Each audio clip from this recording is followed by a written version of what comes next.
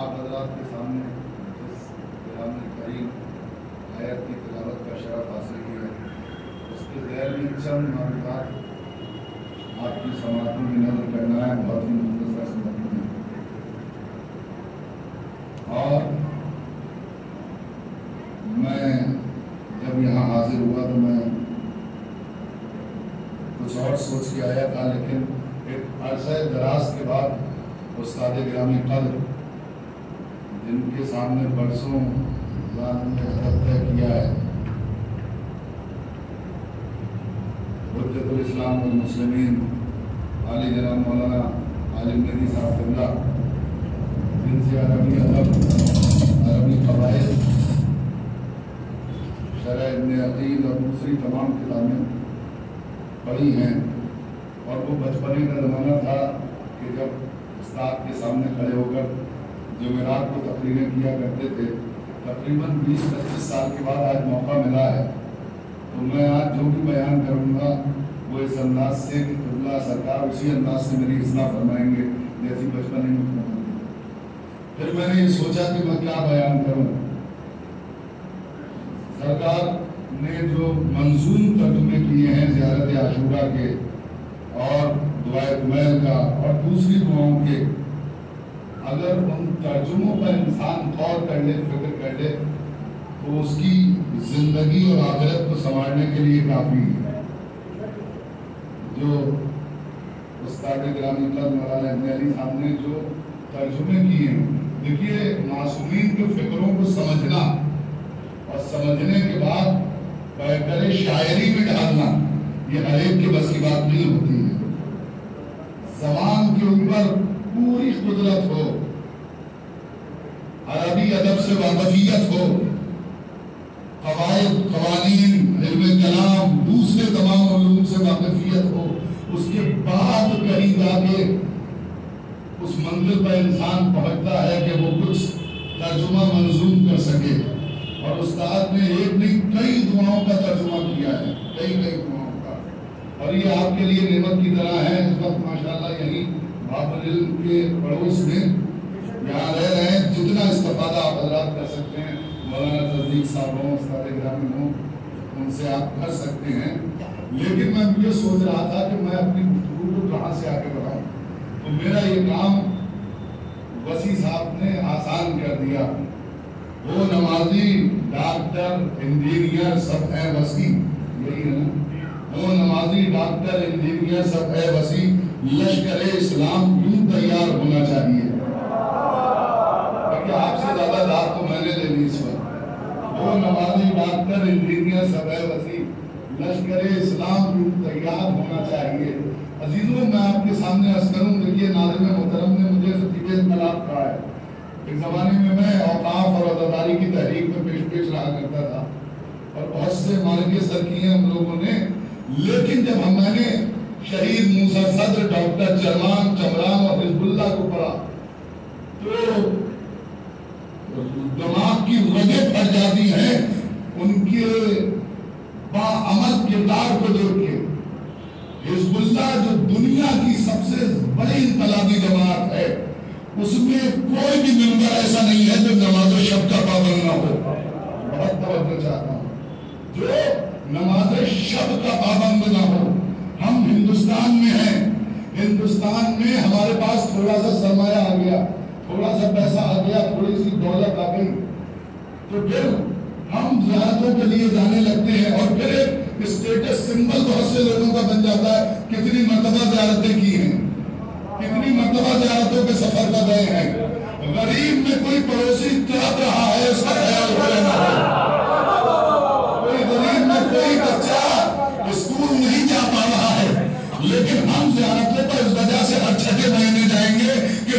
کو بتانا ہے کہ ہم 20 مرتبہ زیارت کر چکے ہیں، ہم 25 مرتبہ زیارت کر چکے ہیں، زندگی میں ہمارا مشغلہ یہی ہے۔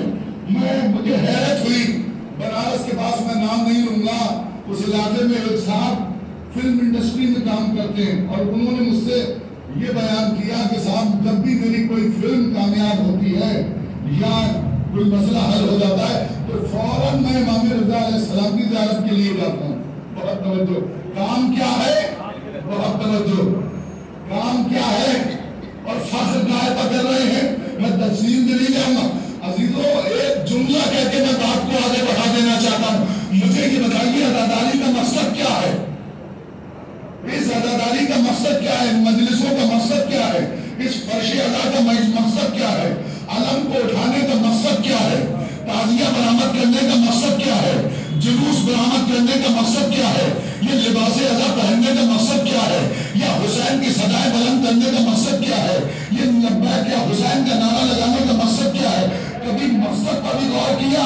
بہت توجہ، مقصد وہی ہے کہ انتظار امام، لشکر اسلام کا مکمل ہونا، لشکر اسلام کی تعمیر کرنا، یہ عزا خانے نہیں ہیں بلکہ یہ امام کے مرکز ہیں، یہاں لشکر تیار ہوتے ہیں۔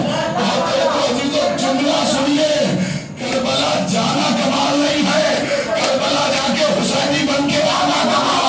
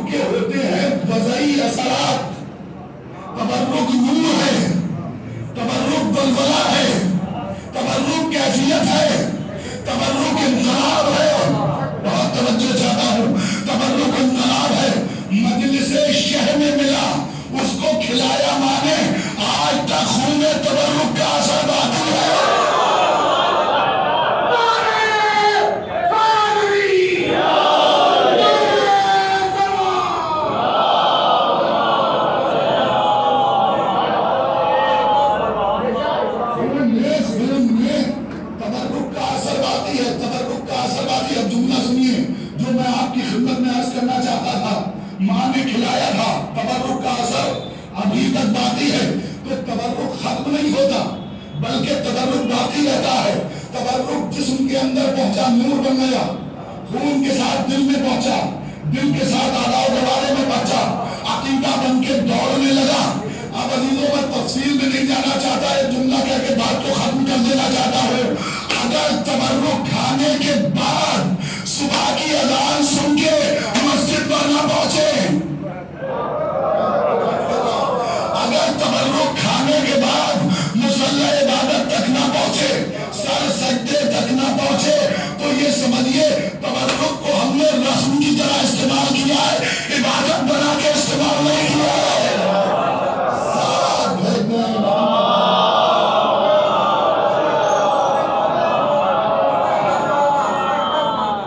ہم فخر اس بات پر کرتے ہیں کہ صاحب ہم نے تبرک تقسیم کر دیا، ہم نے یہ تبرک تقسیم کر دیا، وہ تقسیم کر دیا۔ اس کے بعد ایام ادا جیسے ہی شروع ہوئے، آپ نے دیکھا ہوگا کسی بزرگوار کی ایک کلپ بہت زیادہ وائرل ہوئی، جو یہ فرما رہے تھے پہلے کس طرح سے عزاداری ہوتی تھی، کیا روحانیت تھی، کیا کیف تھا، کیا کیفیت تھی، کیا نورانیت ہوا کرتی تھی۔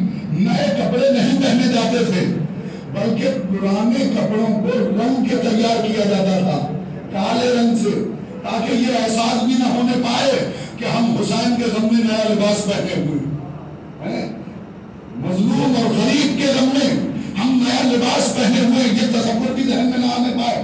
یہ پہلے ہوتا تھا یا نہیں؟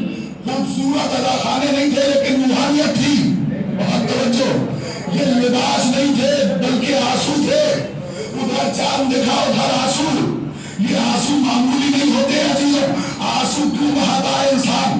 آنسو اسی وجہ سے تو انسان بہاتا ہے، ان آنسوؤں کے ذریعے سے تھوڑی للہیت ہمارے یہاں ہو جائے، تھوڑی کربلا والوں کی استقامت ہمارے یہاں پیدا ہو جائے، تھوڑی روحانیت پیدا ہو جائے، تھوڑا استقلال پیدا ہو جائے، تھوڑی حسینیت پیدا ہو جائے، تھوڑا وحدت قلبی کا جذبہ ہمارے یہاں پیدا ہو جائے، تھوڑا علی اکبر والی کیفیت پیدا ہو جائے، تھوڑا قاسم جیسا بلبلہ پیدا ہو جائے۔ اور عزیزوں لکھنے والوں نے لکھا ہے اگر خلوص کے ساتھ ذکر حسین میں ہم آنسو بہاتے ہیں تو کائنات ایک طرف ہوتی ہے، آنسو ایک طرف ہوتے ہیں۔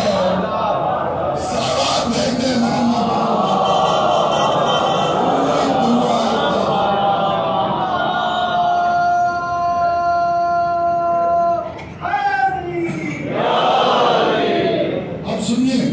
لشکر اسلام کیسے تیار ہوگا؟ یوں ہی تیار ہونا چاہیے نا، بہت توجہ۔ تبرک ہو یا نہ ہو، جس انداز کا بھی ہو، جس شان کا بھی ہو، ہم لباس پر اور دیتے ہیں۔ آج مارکیٹ میں محرم کے قریب آپ جائیے تو کپڑے بیچنے والے آواز دیتے ہیں شیعوں کو، محرم اسپیشل لباس آیا ہوا ہے، محرم اسپیشل کپڑے آئے ہوئے ہیں، ہر مجلس کے لیے خواتین میں الگ لباس، ہر مجلس کے لیے الگ سوٹ۔ یہ کیفیت ہے یا نہیں؟ بہت توجہ۔ ہمارے جب یہ تمام چیزیں ہوں گی تو وہ روحانیت کہاں ہوگی، وہ حسینیت کہاں ہوگی؟ میں تفصیل میں نہیں لے جانا چاہتا، ایک جملہ کہہ کے بات کو ختم کر دینا چاہتا ہوں۔ عزیزوں، عزاداری لباس بدلنے کا نام نہیں ہے، عزاداری کردار بدلنے کا نام ہے۔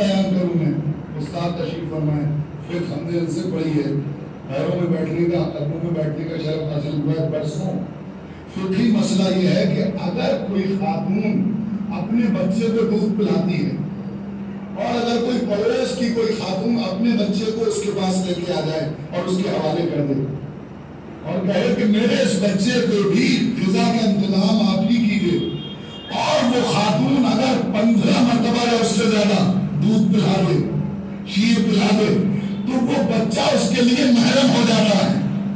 نہیں غور کیا آپ نے؟ بات مکمل ہو گئی۔ صاحبان شعور ہے آپ، حامیان ایمان و معرفت ہے آپ، حاملان قرآن و عبرت ہے آپ، اور زیادہ تفصیل سے کہنے کی ضرورت نہیں ہے۔ اگر کوئی خاتون کسی دوسرے کے بچے کو بھی 15 مرتبہ سے زیادہ دودھ پلا دے، شیر پلا دے، تو وہ بچہ اس کے لیے محرم ہو جاتا ہے۔ یہ ہے شریعت کا مسئلہ، یہ ہے فقہ کا مسئلہ۔ پھر دوہرا رہا ہوں، اگر کوئی خاتون کسی دوسرے کے بچے کو اپنا شیر پلا دے تو وہ بچہ اس کے لیے ہو گیا محرم۔ اب میں تمام باتوں کو ختم کر رہا ہوں۔ مجھے یہ بتائیے، یکم محرم سے لے کے آج ربیع الاول تک کتنی مرتبہ ہم تبرک کھاتے ہیں، کتنی مرتبہ تبرک کا استعمال کرتے ہیں۔ اگر کوئی دوسرا بچہ کسی دوسری ماں کا دودھ 15 مرتبہ پی لے تو وہ محرم ہو جایا کرتا ہے۔ ہم حسین کے کتنا قریب ہوئے، ہم حسین سے کتنا محرم ہوئے، اس کا تجزیہ تو ہمیں خود کرنا ہے۔ ہم اپنے کردار کو کس بلندی تک لے گئے، اس مقام تک پہنچایا یا نہیں پہنچایا کہ جو حسین تھا، اس مقام تک ہم لے گئے یا نہیں لے گئے۔ اور دیکھیے تبرک، بات تبرک کی ہو رہی ہے۔ ایک تبرک چکھا جاتا ہے، ایک تبرک کھایا جاتا ہے، اور جو تبرکات برآمد ہوتے ہیں ان کی زیارت کی جاتی ہے، ان کو چوما جاتا ہے، انہیں لبوں سے لگایا جاتا ہے، ان کے بوسے دیے جاتے ہیں، انہیں پیشانی سے مس کیا جاتا ہے۔ ایک جملہ کہہ کے بات کو مکمل کر دوں گا، اگر چومنے کا، تبرکات کو چومنے کا مزہ پوچھنا ہے تو ہم نہیں بتائیں گے، آپ نہیں بتائیں گے، دنیا کا کوئی مدبر نہیں بتائے گا، کوئی مفسر نہیں بتائے گا، کوئی مفکر نہیں بتائے گا، کوئی مورخ نہیں بتائے گا۔ اگر چومنے کا ذائقہ پوچھنا ہو تو فطرت سے پوچھو، اس نے کیا چوما، اسے کیا ملا۔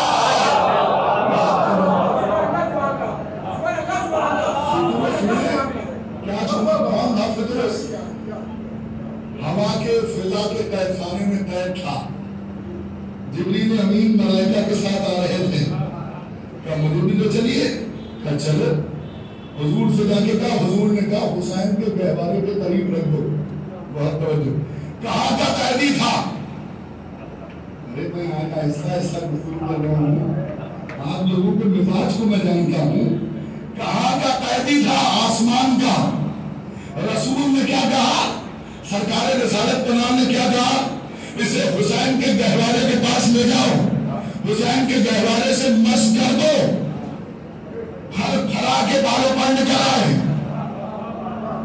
اب اس میں پھر غرور کیا، من نے سنی، مجھ جیسا کون؟ میں نے کہا تم نے وہاں بھی یہی کہا تھا، یہاں بھی یہی کہا تھا، کہا اگلا جملہ نہیں سنا، عراقی کل حسین، میں حسین کا آزاد کرتا ہوں۔ کہاں کا مجرم تھا؟ کہاں آسمان کا۔ کہاں غرور کیا تھا؟ آسمان پر۔ کہاں تکبر کیا تھا؟ کہاں آسمان پر۔ حسین نے بتایا کہ مجھے چھوڑو، میرے گہوارے میں یہ صلاحیت ہے کہ آسمان کے مجرم کو میرا گہوارہ معافی دے سکتا ہے۔ میں کچھ عرض کر رہا ہوں، میرے گہوارے میں یہ صلاحیت ہے۔ میں کہوں گا یا رسول اللہ، آپ نے یہ کیوں نہیں کہا حسین سے مس کر دو، حسین کی پیشانی سے مس کر دو، حسین کے قدموں سے مس کر دو، حسین کی ہتھیلیوں سے مس کر دو، حسین کے جسم سے مس کر دو، حسین کے لبوں سے مس کر دو، حسین کے رخسار سے مس کر دو، حسین کی پیشانی سے مس کر دو۔ رسول آباد میں اگر میں یہ کہہ دیتا کہ حسین سے مس کر دو تو قیامت تک کے لیے ایک مسئلہ کھڑا رہ جاتا۔ میں نے کہا جو چیز حسین سے منسوب ہے اس سے مس کر دو، جو چیز حسین سے منسوب ہے اس سے مس کر دو۔ اس فطرس کو لے جا کے اب ہم سے نہ کہنا تابوت کو تو چومتے ہیں، تعلیم کو تو چومتے ہیں، عالم کی زیارت کیوں کرتے ہیں؟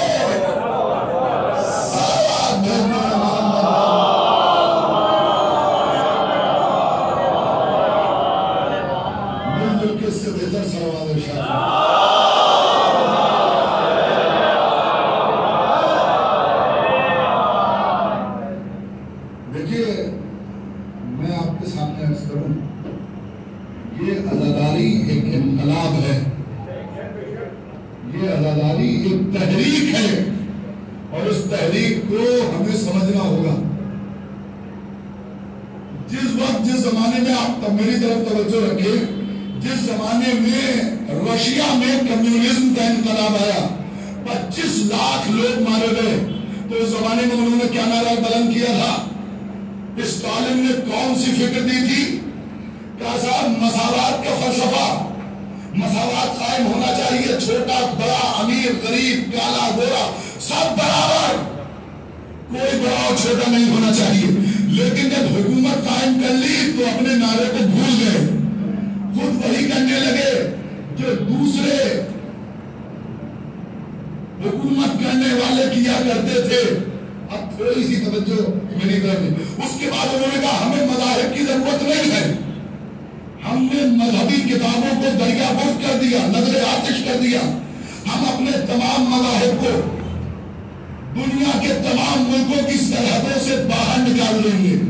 کیوں؟ انہوں نے فلسفہ پیش کیا، کیونکہ آج پوری دنیا میں ٹیکنالوجی کا انقلاب آ چکا ہے. اب جب ٹیکنالوجی کا انقلاب آ چکا ہے تو مذہب کاہے کے لیے تھا؟ یہی بتانے کے لیے نا کہ سورج گرہن کیوں ہوتا ہے، چاند گرہن کیوں ہوتا ہے، زمینیں کیوں پھٹتی ہیں، زلزلے کیوں آتے ہیں، طوفان کیوں آتے ہیں، کالی آندیاں کیوں آتی ہیں، سرخ آندیاں کیوں آتی ہیں، بلی راستہ کیوں کاٹتی ہے. بہت توجہ. اسی لیے مذہب تھا نا، انہوں نے یہی نعرہ دیا کہ ہم نے مذہب کو اپنی سرحدوں سے باہر نکال دیا. Technology technology technology. بہت توجہ. جس وقت ٹیکنالوجی نے پوری دنیا کو اپنے حصار میں لے لیا تھا، ٹیکنالوجی کا انقلاب پوری دنیا کے پڑھے لکھے لوگوں کو اپنی زد میں لے چکا تھا، اپنے حصار میں لے چکا تھا. رشیا سے آوازیں بلند ہو رہی تھی کہ اب مذہب ختم، مذہبی کتابیں ختم کر دو، دریا برد کر دو. اب ٹیکنالوجی کا انقلاب پوری دنیا میں پھیل چکا ہے. جس وقت ٹیکنالوجی کا انقلاب اپنے کمال پر تھا، اس وقت مسلح عبادت سے اٹھ کے ایک بش شکن خمینی نے آئیڈیالوجی کا انقلاب پیش کیا. آئیڈیالوجی کا انقلاب پیش کیا اور آیت اللہ خمینی نے بتایا کہ دیکھو ٹیکنالوجی کسی منزل تک پہنچ جائے اس کی ایک حد ہوا کرتی ہے، لیکن آئیڈیالوجی کی کوئی منزل نہیں ہوتی. ٹیکنالوجی ایک منزل بجا کے رک جاتی ہے. آئیڈیالوجی کو اگر دیکھنا ہے، نظریات کو اگر دیکھنا ہے تو اس طرح سے سمجھیے بندہ آگے کی طرف بڑھا، زمین کو پیچھے چھوڑا، ملائے اعلیٰ کو پیچھے چھوڑا، کروبین کو پیچھے چھوڑا، جنت کو پیچھے چھوڑا، جبریل کو پیچھے چھوڑا، سب کو پیچھے چھوڑ کے آئیڈیالوجی وہاں تک پہنچ گئی جہاں آگے خدا تھا پیچھے بدلا. جہاں آگے الوہیت تھی پیچھے بندگی. آیت اللہ خمینی نے بتایا کہ دیکھو جہاں تک آئیڈیالوجی پہنچ جاتی ہے وہاں ٹیکنالوجی نہیں پہنچ پاتی. اور اسی وجہ سے 8 سال تک جنگ چھیڑنے کے بعد جب جنگ روکی گئی، تجزیہ نگار بیٹھے تو انہوں نے تجزیہ کرنا شروع کیا. انہوں نے بتایا کہ ہم ایٹم بم کے مقابلے میں ایٹم بم لا سکتے ہیں، تیر کے مقابلے میں تیر لا سکتے ہیں، تلوار کے مقابلے میں تلوار لا سکتے ہیں، بم کا مقابلہ کر سکتے ہیں، ٹینکوں کا مقابلہ کر سکتے ہیں، ہم ہر چیز کا مقابلہ کر سکتے ہیں. لیکن خمینی کے ہاتھ میں گردش کرنے والے تسبیح کے دانوں کا مقابلہ نہیں کر سکتا.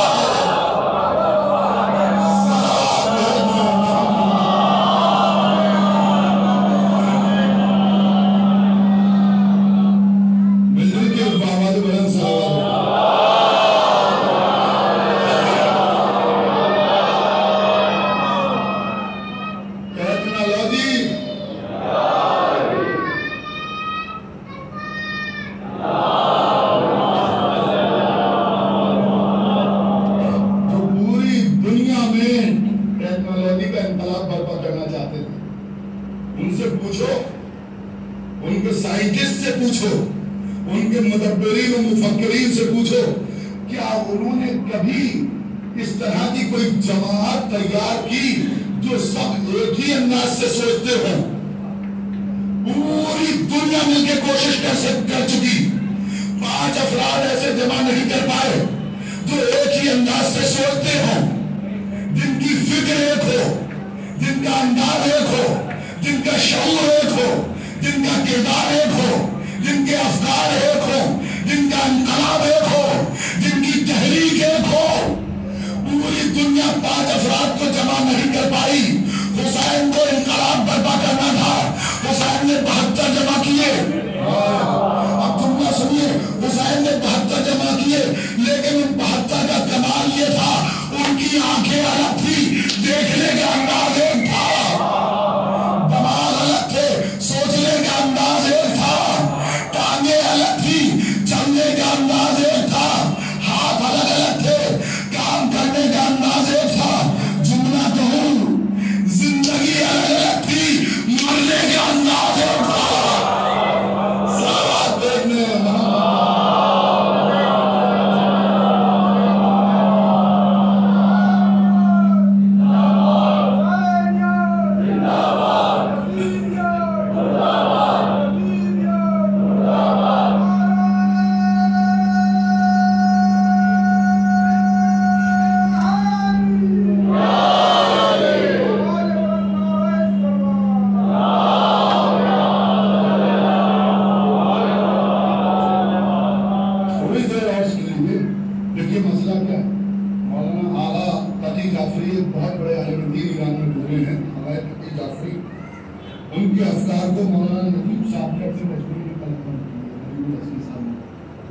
انہوں نے کہا، دیکھیے کسی کے پاس کوئی بھی طاقت رہی ہو، نظریات کی طاقت ہمیشہ اسلام کے پاس رہی ہے، شیعہ نے حیدر کرار کے پاس رہی ہے.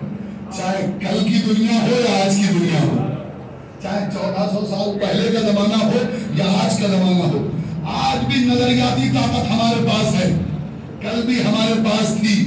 بہت توجہ چاہتا ہوں. اور انہوں نے بہت اچھا تجزیہ کیا، اپنے لفظوں میں آپ کے سامنے بیان کر دوں.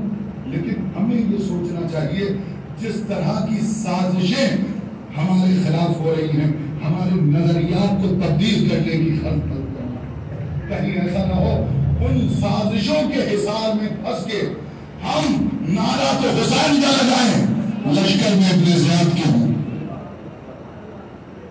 اب یہ بہت اہم موضوع ہے آغاز تحقیق جعفری کا. ہم نعرہ حسین کا لگائیں، لیکن ہم عملی طور پر ابن زیاد کے لشکر میں ہوں. اور انہوں نے یہ کیفیت کب پیدا ہوتی ہے؟ مجھے یہ بتائیے، ابھی یکم سکندو سرکار زید شہید کی شہادت کا دن تھا. کتنے لوگوں نے بیعت کی تھی؟ 80,000 افراد نے. مختلف شہروں کے تمام افراد نے، سنی شیعہ سب نے جناب زید کے ہاتھوں کو بیعت کی تھی. لیکن جب وہ میدان عمل میں نکلے تو کتنے افراد ساتھ میں تھے؟ 350 یا 150. 2-3 روایتیں، اس سے زیادہ نہیں. اب آئیے، جناب مسلم ابن عقیل کتنے لوگوں نے بیعت کی؟ 18,000. کتنے لوگ ساتھ میں آئے؟ میں تفصیلات کو چھوڑ رہا ہوں. کب ہوتا ہے کہ ہم نعرہ کسی کا لگاتے ہیں، انتظار کسی کا کرتے ہیں، استقبال کسی کا کرتے ہیں؟ آج بھی ان حالات کو پیش نظر رکھ کے ہمیں دنیا کا تجزیہ کرنا ہے. کہیں ایسا تو نہیں ہم سازشوں کا شکار ہو رہے ہیں؟ کیا کیا ابن زیاد نے؟ لڑ نہیں سکتا تھا، تلوار لے کے سامنے نہیں آ سکتا تھا، جنگ نہیں کر سکتا تھا، لشکر کو آمادہ نہیں کر سکتا تھا، پورا کوفہ اس کے خلاف تھا. میرے پاس وقت نہیں ہے ورنہ میں بیان کرتا کیسے اس نے قاضی شرع کو استعمال کیا. بہت توجہ، وہ زمانے کا قاضی شرع تھا.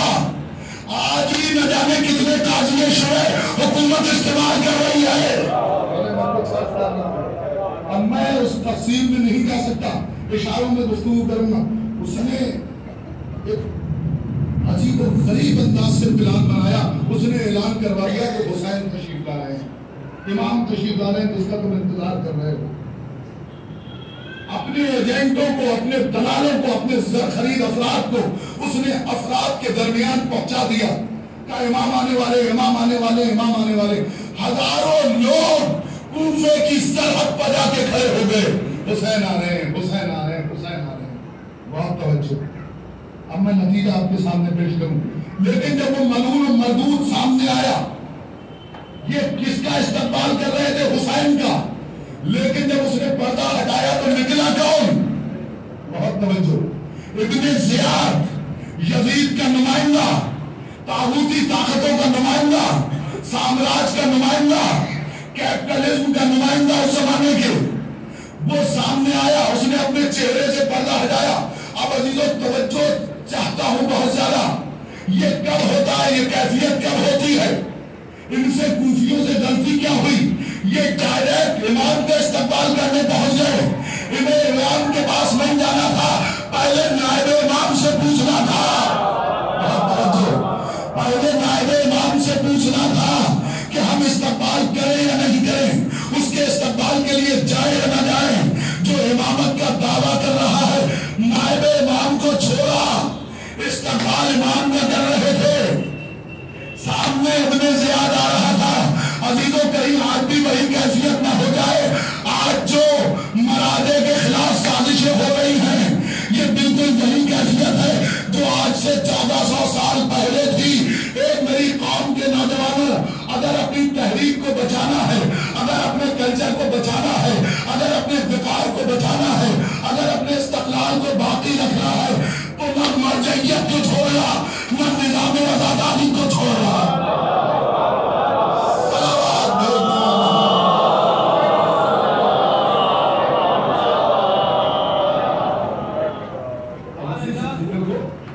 میں تھوڑا سا آگے بڑھاؤں. دیکھیے اسلام کی سب سے پہلی جنگ ہے جنگ بدر. جنگ بدر میں کیا کیفیت ہوئی تھی؟ کتنے تھے مسلمان؟ کتنا لشکر تھا؟ 313. کفار و مشرکین کے ساتھ جو لوگ آئے تھے وہ کتنے تھے؟ تقریباً 3000. 3,313 سامنے رکھ کے دیکھیے کتنا چھوٹا سا لشکر نظر آیا. مبارز طلبی ہوتی تھی, بہادر نکل کے آتے تھے, سورما نکل کے آتے تھے, سابن نکل کے آتے تھے. اس زمانے میں سورما اور سابن 3 افراد مشرکین کی طرف سے نکل کے آئے. سب سے آگے آیا عتبہ, اس کے پیچھے شیبہ, اس کے پیچھے ولید. تاریخ تو آپ کے ذہن میں ہے نا. ادھر سے رسول نے 3 انصار کو بھیجا.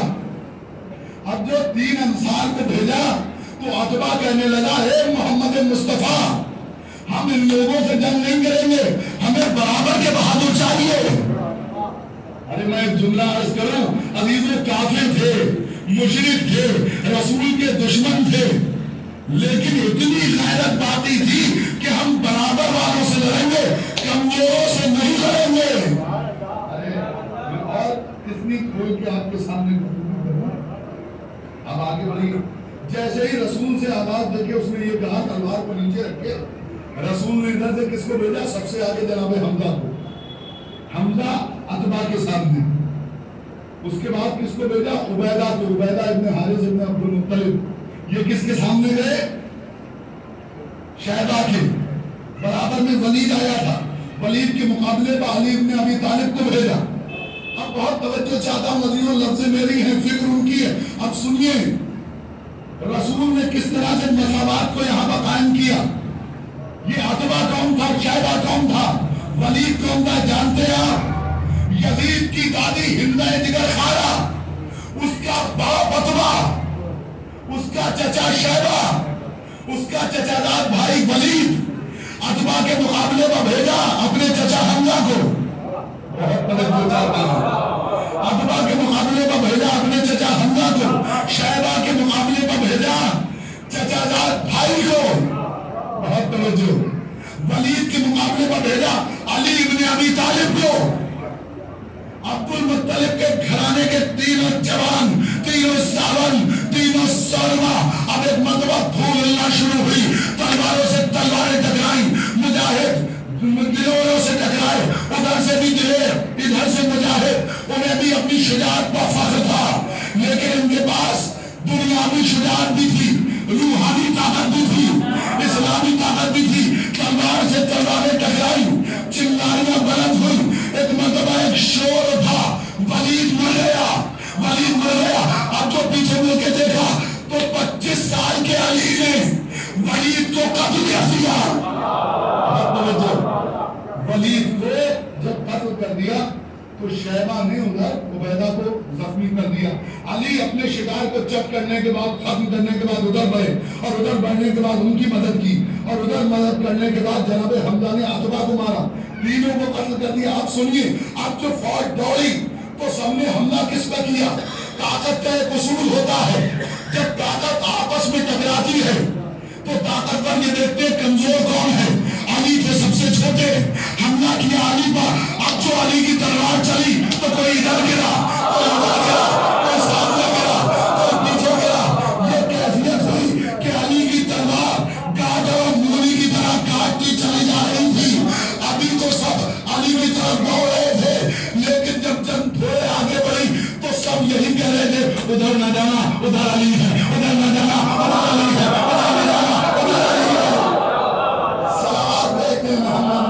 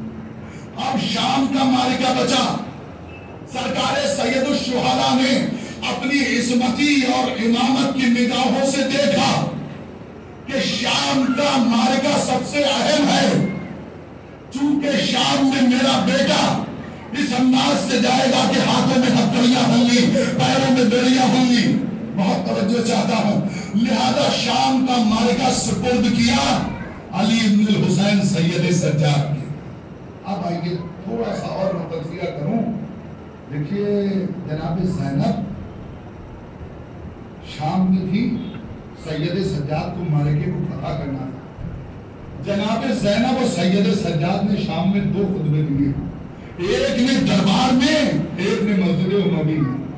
اب تھوڑی سی توجہ دے دیں، جناب زینب نے جو خطبہ دیا ہے اس میں تبرک کا سلیقہ سکھایا ہے، سید سجاد نے جو خطبہ دیا ہے اس میں تولے کا سلیقہ سکھایا ہے۔ تولا سید سجاد نے سکھایا، تبرہ جناب زینب نے سکھایا۔ اب آپ انداز دیکھیے جناب زینب کا، یزید کو سب خطبہ آپ سنتے رہتے ہیں، میں اس تفصیل میں نہیں جاؤں گا، لیکن یزید قرآن کی آیتیں پڑھنے کے بعد اپنی کامیابی کا اعلان کرنے کے بعد چند لمحے کے لیے خاموش ہوا ہی تھا۔ کیفیت آپ کو معلوم ہے، ساتھ سب کرسی نشین اور ان کرسیوں پر بیٹھے ہوئے افراد میں جانتے ہیں آپ کون تھے؟ ارباب حکومت، ارکان حکومت، رؤسا، گورنر، دوسرے ممالک کے سفرا، بڑے بڑے لوگ ان نشستوں پر، ان کرسیوں پر بیٹھے ہوئے تھے۔ جیسے یزید خاموش ہوا، اب جناب زینب نے مارکے کو سنبھالا، کیونکہ مارکے کو سپرد کرنا ہے سید سجاد کے۔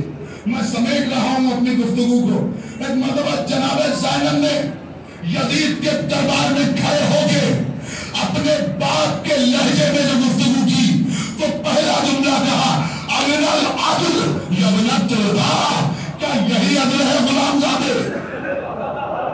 بڑی آسانی سے آپ نے سنیا۔ جناب زینب نے جلال و جمال و کمال حیدری کے ساتھ، لہجہ حیدری کے ساتھ اب جو خطبہ دیا تو پہلا جملہ تھا، کیا یہی عدل ہے غلام زادے؟ جناب زینب کے جملے کی گھنگرج کو محسوس کر کے جو کرسی پر بیٹھے ہوئے تھے حضرات، بہت سے لوگ کھڑے ہو گئے، قیافہ شناس بھی تھے، دو بزرگ آپس میں گفتگو کرنے لگے۔ یزید کا دربار، ڈکٹیٹر کا دربار، بادشاہ کا دربار، عامر کا دربار، اتنے بڑے سلطان کا دربار، اور اس دربار میں اس کی فوج کے سامنے اس طرح سے اسے للکارنا، یہ کام یا تو علی کر سکتے ہیں یا ان کی بہن کر سکتی ہے۔ صلوات بھیجنے محمد۔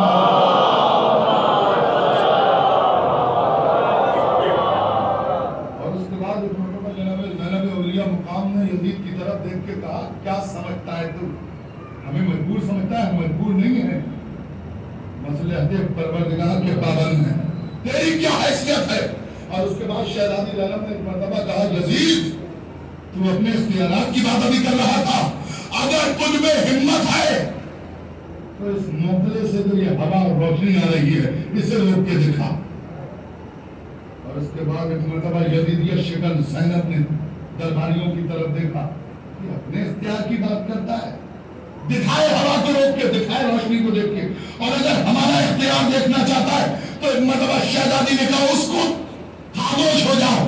اتنا کہنا تھا، ارکان حکومت خاموش، درباری خاموش، رؤسا خاموش، یہاں تک مورخین نے لکھا جانوروں کے گلوں میں پڑی ہوئی گھنٹیاں خاموش ہو گئی۔ اور سنیے، ایک مرتبہ جناب زینب نے ایک مرتبہ طائرانہ نظر ڈالی درباریوں کے اوپر، اور اس کے بعد کہا، اے مسلمانوں کیا بات کرتے ہو؟ میں تم سے پوچھنا چاہتی ہوں، علی کی بیٹی، حسین کی بہن، مجھے یہ بتاؤ، مکے سے لے کے مدینے تک، مدینے سے لے کے کوفے تک، کوفے سے لے کے شام تک، مسلمانوں کا کون سا خاندان ایسا ہے جس کی گردن پر میری رانی خدیجہ کا قرضہ نہیں ہے؟ بتاؤ، میں تم سے پوچھنا چاہتی ہوں، بتاؤ ہے کوئی گھرانہ ایسا کہ جس کی گردن پر میری دادی کا، میری جدہ کا، میری نانی کا حق نہیں ہے؟ اور اس کے بعد یہ اپنے اختیار کی بات کرتا ہے، اس کی حیثیت کیا ہے؟ یہ تو صاحبان خلفاء میں سے مارکے کو سمیٹ کے جناب زینب نے سید سجاد کے سپرد کیا۔ بس میں نے ختم کر دیا۔ سید سجاد نے زنجیر بندے ہاتھوں سے شام کے تخت کو الٹ کے رکھ دیا۔ مسجد نبوی پورا منظر آپ کو معلوم ہے، تفصیل میں نہیں جاؤں گا، ایک جملہ پڑھوں گا۔ نیچے بیٹھے ہوئے ہیں، خطیب خطبہ دے رہا ہے، قیادہ مرضات المخلوق کے سبت الخالق، تم نے مخلوقات کی مرضی کو خرید لیا۔ خطیب کی طرف دیکھ کے کہا، اب مجھے یہ بتائیے، یزید کے دربار میں وہ جناب زینب کا کمال تھا، اب یہ سید سجاد کی فی البدی خطابت ہے، مجھے بتائیے کس میں ہمت ہے سید سجاد کے علاوہ جو بول سکے ڈکٹیٹر کے سامنے، جہاں تمام کمانڈوز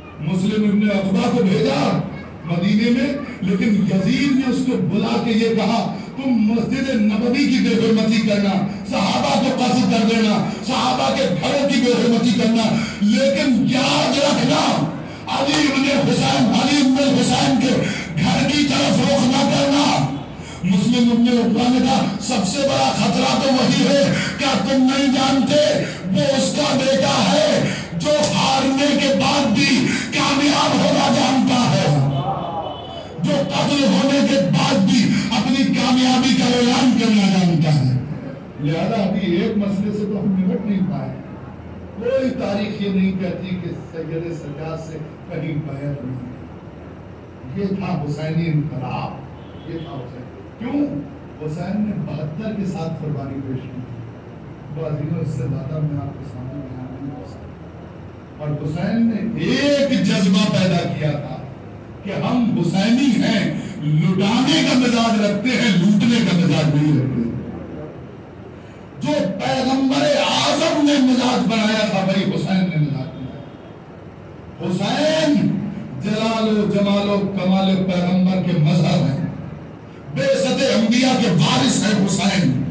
حسین نے کربلا کے میدان میں لٹانے کا مزاج بنایا۔ پیغمبر کے بعد یہ مزاج اگر کہیں ملے گا تو کربلا والوں میں، اور اگر آج بھی آپ کو دیکھنا ہے تو آج آپ نجف سے کربلا کے درمیان پیدل مارچ کو دیکھ لیجئے کہ جو ہے وہ لٹانے کو تیار ہے، جو ہے وہ لٹانے کو تیار ہے۔ لوگ حج کرنے کے لیے جاتے ہیں، پانی خرید کے پیتے ہیں۔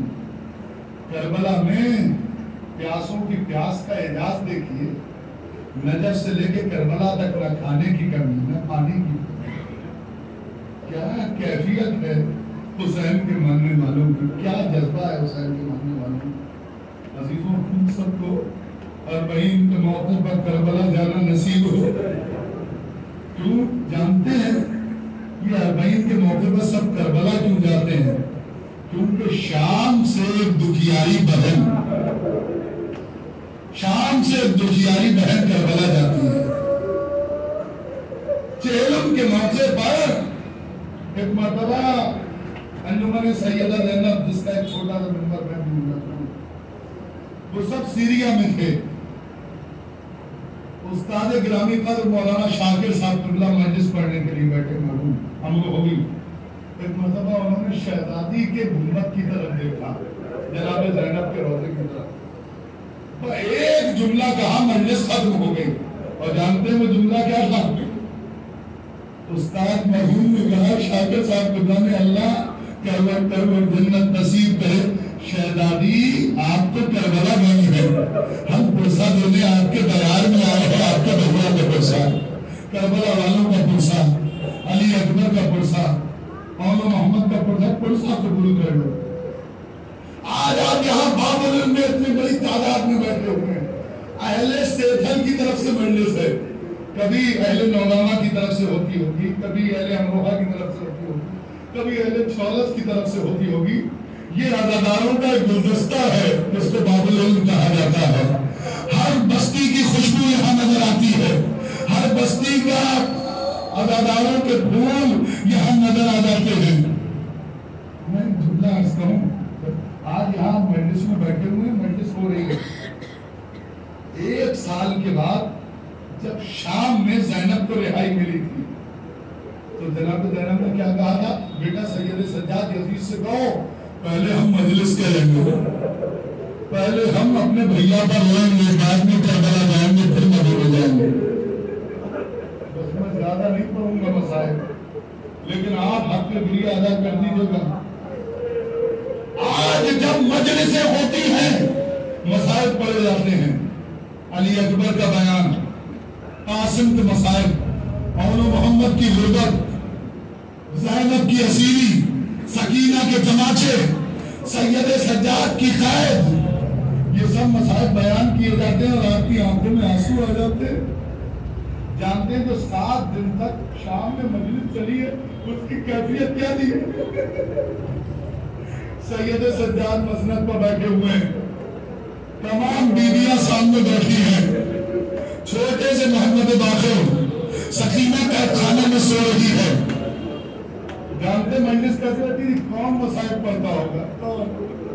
کبھی آپ نے سوچا حضرت زینب کربلا کا واقعہ بیان کرتی ہوگی، کبھی ام لیلہ بیان کرتی ہوگی، کبھی ام فروا، کبھی فاطمہ کی کنیز فضا؟ نہیں عزیزوں، کوئی مصائب بیان نہیں ہوتے تھے، کسی کا ذکر نہیں ہوتا تھا، نہ علی اکبر کے سینے کی برچھی کا، نہ عباس کے بازوؤں کا، نہ قاسم کی لاش کے ٹکڑوں کا، بلکہ مسائل اس طرح سے ہوتے تھے کہ ان بیویوں میں سے کبھی ام لیلہ کھڑی ہوتی تھی اور کہتی تھی ہائے میرا آقا، اتنا کافی تھا، گھنٹوں گریا ہوتا رہتا تھا، گریا گرے گریا گرے، ام لیلہ بیٹھتی تھی، ام فرما کھڑی ہوتی تھی، ہائے میرا قاسم، تھوڑی دیر کے بعد رباب کھڑی ہوتی تھی، اصغر کے چھوڑے کی جگہ کوئی نہ گیا، ارے میرا اسرار، ہائے میری سکینہ، ارے بیبی آزاد دیکھ پیٹ کے روتے، اتنے مصائب کافی تھے۔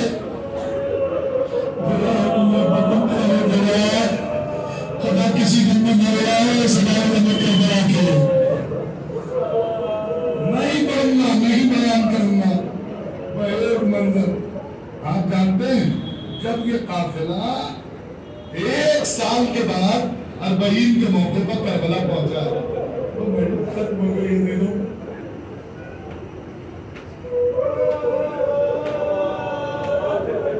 پوری ذمہ داری کے ساتھ پڑھ رہا ہوں، حسین کی قبر کا پہلا زائر نابینا صحابی جابر بن عبداللہ انصاری حسین کی قبر کے تعویذ سے لپٹے ہوئے رو رہے تھے۔ صاحب لحوف لکھتے ہیں کہ اچانک حسین کی قبر سے آواز آئی، اے جابر، اے چچا، یہاں سے ہٹ جاؤ، میری بہن زینب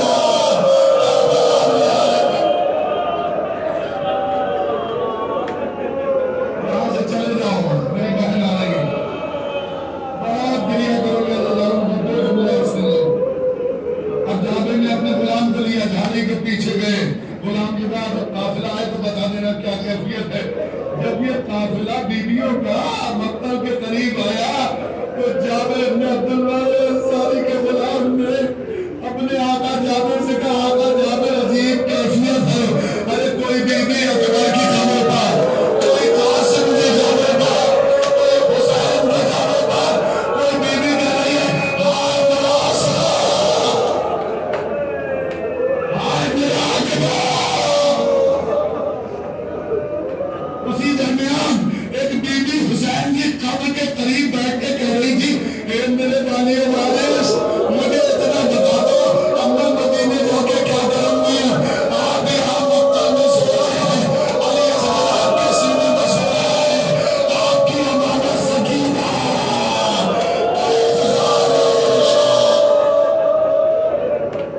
محنت ختم ہو گئی۔ ایک جملہ سنو، آخری جملہ، آخری جملہ، بیویاں تا دیر مقتل میں گریہ کرتی رہی۔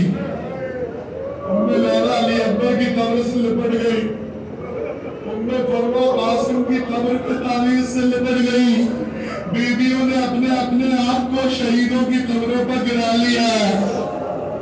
سب سے زیادہ سکینہ کو جناب عباس کو یاد کیا گیا۔ سنیں گے تھوڑی دیر کے بعد جب بیویاں گریہ کرتے کرتے رکی تو ایک مرتبہ زینب نے کہا، بھابی رباب، بھابی ام لیلہ، سب ہمارے قریب آ جاؤ، اماں فضا ہمارے قریب آ جاؤ، چلو سب غازی کی قبر پر چلتے ہیں، چلو سب کے سب غازی کی قبر پر چلتے ہیں۔ بہت دل پر ہاتھ رکھ لیجیے، ایک جملہ کہوں گا، آپ کو پوری اجازت ہے جب تک یہ آپ کی جگہ رہی ہے، اور عزیزوں ایسے نہ رویا کیجیے مجلس حسین میں، علماء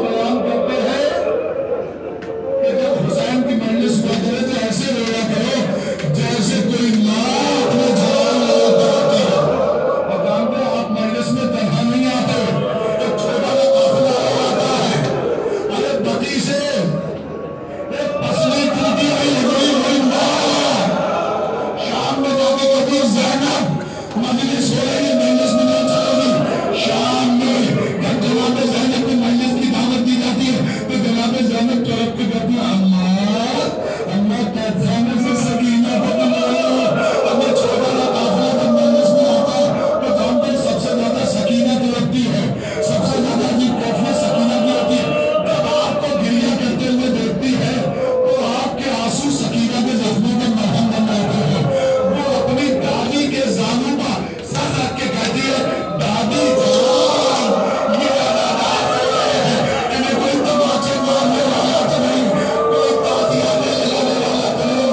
اے دادی بابا کو جب میں روتی تھی شبر تماچے مارتا تھا، تادیاں لگاتا تھا، میں نے ختم ہو گئی۔ سنو کچھ دن کے بعد تم چہلم کرو گے ابراہیم تو ایک جملہ سن لو لیکن دل کا ہاتھ رکھ کے سننا۔ زینب نے کہا چلو ابوالفضل کا پرسا عباس کی خبر پر چلتے ہیں۔ تمام بیویاں گریہ کرتی ہوئی چھوٹے سے قافلے کی شکل میں زینب کے پیچھے پیچھے فرات کے کنارے جا رہی ہیں۔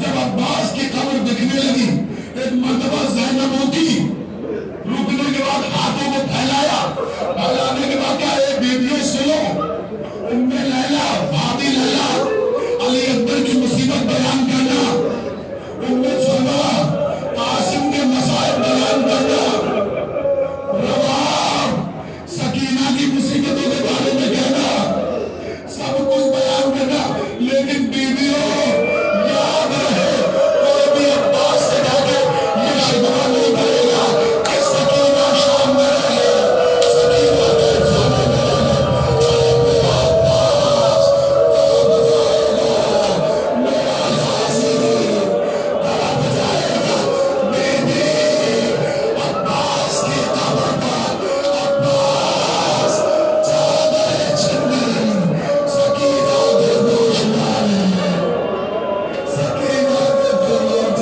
ڈالے۔